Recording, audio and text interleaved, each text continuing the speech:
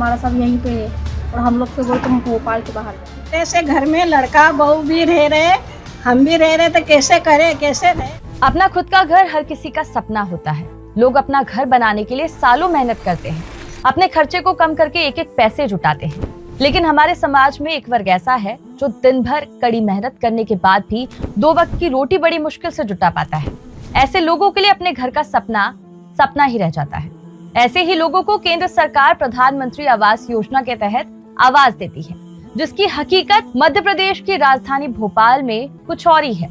इस योजना के तहत लोगों को जो आवास साल 2018-19 में दिए जाने थे, वो आज तक उनको नहीं मिल पाए। इस दौरान कई निगम कमिश्नर आए और चले गए। लोगों ने निगम कार्यालय के चक्कर भी काटे, धरना प्रदर्शन भी किया, लेकिन आज तक हितग्राहियों को ना तो योजना का लाभ मिला और ना ही उनका अपना घर। कुछ मिला तो वो बस आश्वासन। ऐसी एक हितग्राही है वर्षा अनई, जो भोपाल के 12 नंबर इलाके में पिछले कई सालों से झुग्गी में रह रही है। उन्होंने एक छोटे से टीन शेड के नीचे गुजारा किया अपने जीवन का। वर्षा बताती हैं 8 दिसंबर 2021 को पीएम आवास योजना का लाभ लेने के लिए निगम को पैसे दिए। इसके कुछ दिनों बाद उनको घर देने की बात कही गई, लेकिन सालों बीत जाने के बाद भी अभी तक घर नहीं मिला। जब आवास नहीं मिलने पर वर्षा अनई ने जाकर अधिकारियों से मुलाकात की तो किसी ने उनकी नहीं सुनी और जल्द आवास देने का आश्वासन दे दिया। क्या वर्षा अनई के जैसे और भी कई लोग हैं? पहले आप इन हितग्राहियों की परेशानी सुन लीजिए, फिर हम आपको बताते हैं पीएम आवास योजना को लेकर भोपाल में कहां-कहां क्या स्थिति है। अभी हम लोग से बोल रहे हैं कि जो तुम्हारे लिए नहीं बन रहे हैं। हमने आवेदन लगा के हमने पैसे भी भर दिए, पर्ची हमारे पास 12 नंबर की पर्ची काटी हुई है। 12 नंबर पे बच्चों की पढ़ाई है, लिखाई है, काम धंधा हमारा सब यहीं पे है और हम लोग से बोलते हम भोपाल से बाहर जाओ, आउटर में। हम लोग वहाँ पे जाएंगे, हम लोग वहाँ पे खाएंगे क्या? तो हमको मल्टी नहीं मिली है, हमको जल्द से जल्द मल्टियाँ मिलना चाहिए। बहुत परेशानी हो रही है लेटरिन बाथरूम की, बच्चों के लिए भी। फैमिली कोई रिश्तेदार भी आता नहीं रह पाते, ये कहीं में गुजारा हो रहा है। यहाँ पर आवारा लड़के घूमते हैं, पत्थर दगड़ा मारते हैं, रात को कुछ बोलो तो तलवारें चलाते हैं। आवेदन दिया मैंने, बहुत बार दिया है आवेदन, लेकिन हमारी कोई सुनवाई नहीं हो रही। इतने से घर में लड़का बहू भी रह रहे, हम भी रह रहे, तो कैसे करे, कैसे रहे। अभी तक हमको मकान नहीं मिला है। हमारी झुग्गी तोड़ दी, अभी तक नहीं मकान मिला। हम इतने से परिवार में, इतना सा मकान में सब ये कर रहे हैं, नहाना धोना, खाना पीना, सोना, तो कैसे करे। आवेदन करा है, काफ़ी टाइम हो गया आवेदन करे हुए। तो नगर पालिका वाले आते हैं, बस कागज ले जाते हैं बस।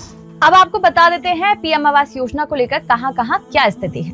पहली जगह है 12 नंबर बस स्टॉप। यहाँ योजना की शुरुआत हुई मई 2017 को। फ्लैट बनने थे 1224, लागत थी लगभग 146 करोड़ रुपए। अब तक 87% काम हुआ। प्रोजेक्ट 18 महीने में पूरा होना था, लेकिन ठेकेदार ने बीच में काम छोड़ दिया और 7 साल बाद भी ये प्रोजेक्ट अधूरा है। दूसरी जगह है गंगानगर श्यामनगर। यहाँ भी योजना की शुरुआत साल 2017 में हुई। 792 फ्लैट लगभग 190 करोड़ की लागत से बनने थे। अब तक 76% काम हुआ। यहाँ भी 18 महीने में काम पूरा होने का लक्ष्य था, लेकिन ठेकेदार द्वारा भुगतान नहीं करने से कार्य प्रभावित हो गया, अधूरा पड़ा है। तीसरी जगह है बाग मुगलिया। यहाँ योजना की शुरुआत हुई थी फरवरी 2019 में। 768 फ्लैट लगभग 200 करोड़ रुपए की लागत से बनने थे।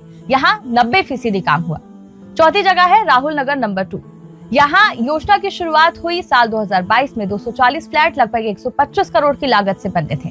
यहाँ अब तक 41% काम हुआ। काम यहाँ पर 24 महीनों में पूरा होना था, लेकिन अभी भी सब काम अधूरा है। इसके अलावा बैरागढ़, नीलबढ़, रासलाखेड़ी में 60 फ्लैट बनने थे, लेकिन निर्माण का कार्य पूरा नहीं हुआ। पीएम आवास योजना के तहत प्रोजेक्ट साल 2016 से चल रहा है। 9 सालों में 11,457 मकान बनाकर लोगों को देने थे, लेकिन महज 6,573 ही आवास बन पाए।